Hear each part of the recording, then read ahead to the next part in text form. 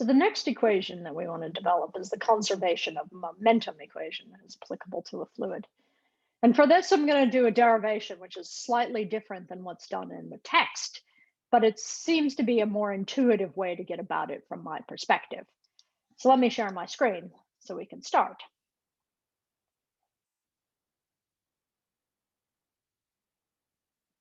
So we'll consider the conservation of momentum. And for this, I want to consider it first in a Lagrangian perspective. So I want to think about the change of momentum from moving fluid element. The change of momentum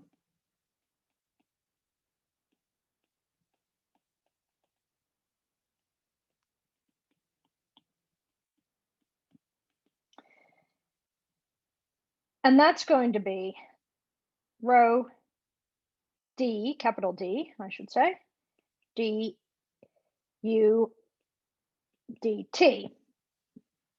And this is the rate of change of momentum per unit volume, not the rate of change of momentum per unit volume. So let me just make that clear.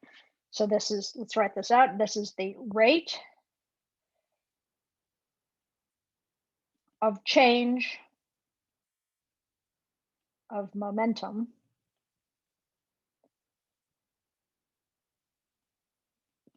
per volume. That is not the same as the rate of change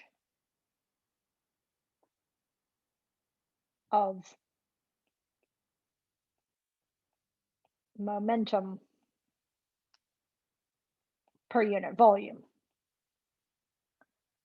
That latter one would be equal to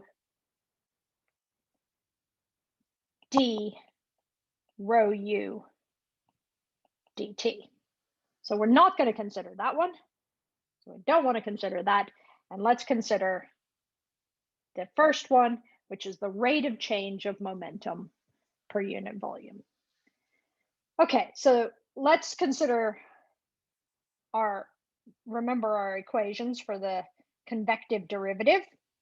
So we have the partial with respect to time in the Lagrangian sense is just the partial with respect to time for our normal Eulerian times u dot the grad.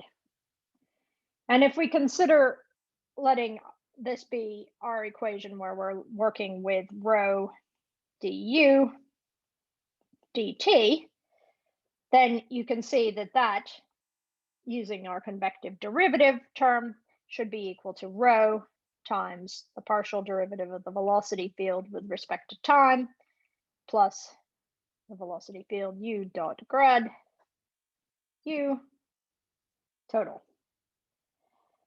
And we want to consider, once again, a surface. So we have a volume, V, and we have a surface element, ds. And we want to consider what is the force that we're due to the pressure acting on that fluid element. So the force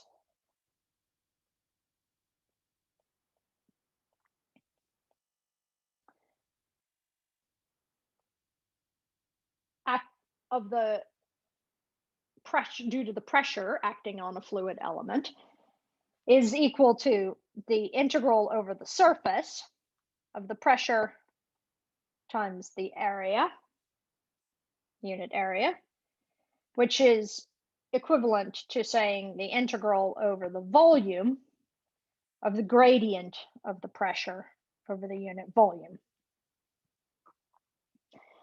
And we're saying that the pressure exerts a force of minus grad P dV on a fluid element of volume dV, and the minus sign arises because the force is in the direction from high to low pressure. So taking into account only the pressure force of the fluid element itself, we can write that rho du dt is equal to minus grad P. And that's from a Lagrangian point of view. So it's saying that the rate of change of momentum per unit volume is equal to minus the gradient in the pressure. A fairly simple physics concept that we can work with there. Now, because we know the above equation that we worked on from here, because we defined it in terms of the Eulerian variables, we can write this out as actually writing du, the partial derivative with respect to time. Actually, this calls for the yellow pencil, I think, because it's an important equation. So that the partial derivative with respect to time plus u dot grad u is equal to minus 1 over the density, the gradient of the pressure. And this is called Euler's equations. And you can see that it is, or Euler's equation, I should say, Euler's equation. And you can see that it is an Eulerian equation because it doesn't have the capital D partial derivatives with respect to time. So Euler's equation describes the conservation of momentum and relates the velocity field to pressure and the density of the medium.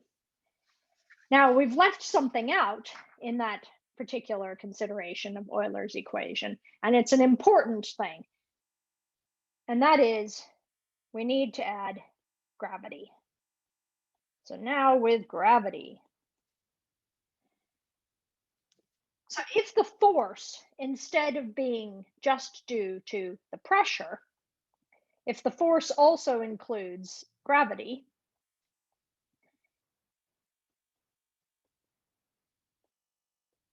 then we want to replace our writing of the force being equal to, and in the previous equation, we wrote it as minus grad P dV. We actually also need to add a term that relates it to gravitational potential, and that's the mass times the gradient of the gravitational potential, which I'm writing as phi. So phi here is the gravitational potential. Now, we don't generally like to write things just in terms of mass. We're writing things in terms of density. So that's relatively straightforward to go through from there. We can say that the partial derivative, going back to our partial derivative in the Lagrangian sense, rho du dt is equal to the minus grad P minus rho gradient of phi. And that's also sometimes written as just minus P plus rho G, where G is the minus the gradient of the gravitational potential. So our Lagrangian momentum equation is that rho du dt is equal to minus grad P plus rho G. And that's a Lagrangian form.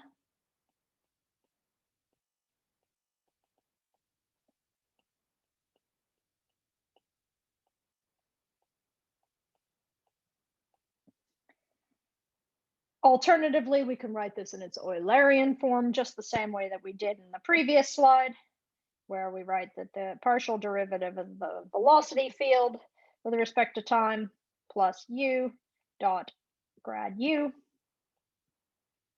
is equal to minus 1 over rho grad P plus G.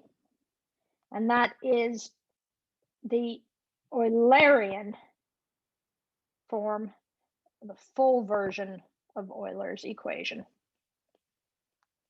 And unless you know a priori that the gravitational potential is 0, this is the equation that you would want to use in general.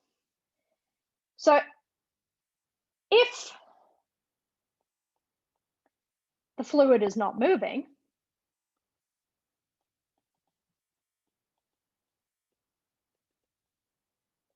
such that du dt is equal to 0,